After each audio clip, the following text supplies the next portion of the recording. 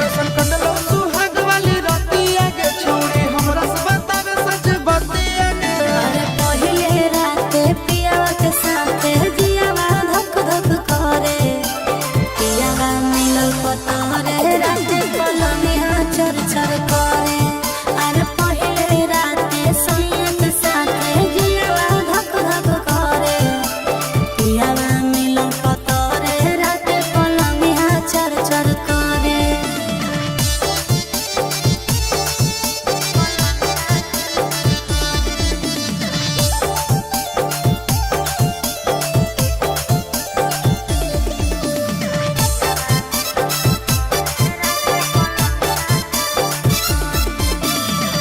कोरा में सटा के पियावा दियावा बुताया रे, घूंघटा उठा के सैया जतरा बनाया रे।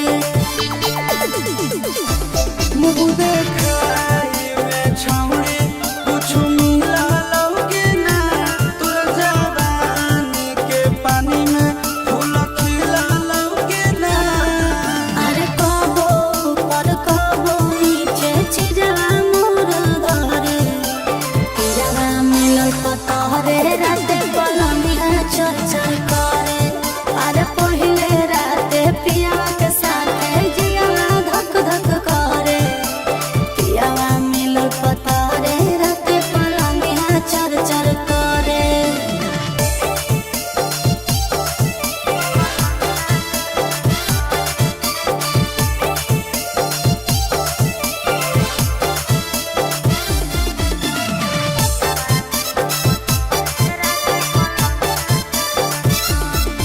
सोनवा के नथिया सैया हमारा ले लाया रे, प्यार से धीरे धीरे अपने से पहनाया रे। कि नंदन राशि सखी सतोरा कहिला कहके ना, चंदन उठावा जुठाई के हिस्सा देला कहके ना। अरे कच से जे टच कैला कहू जियावा मन हरे, पियावा मिलल पतरे राते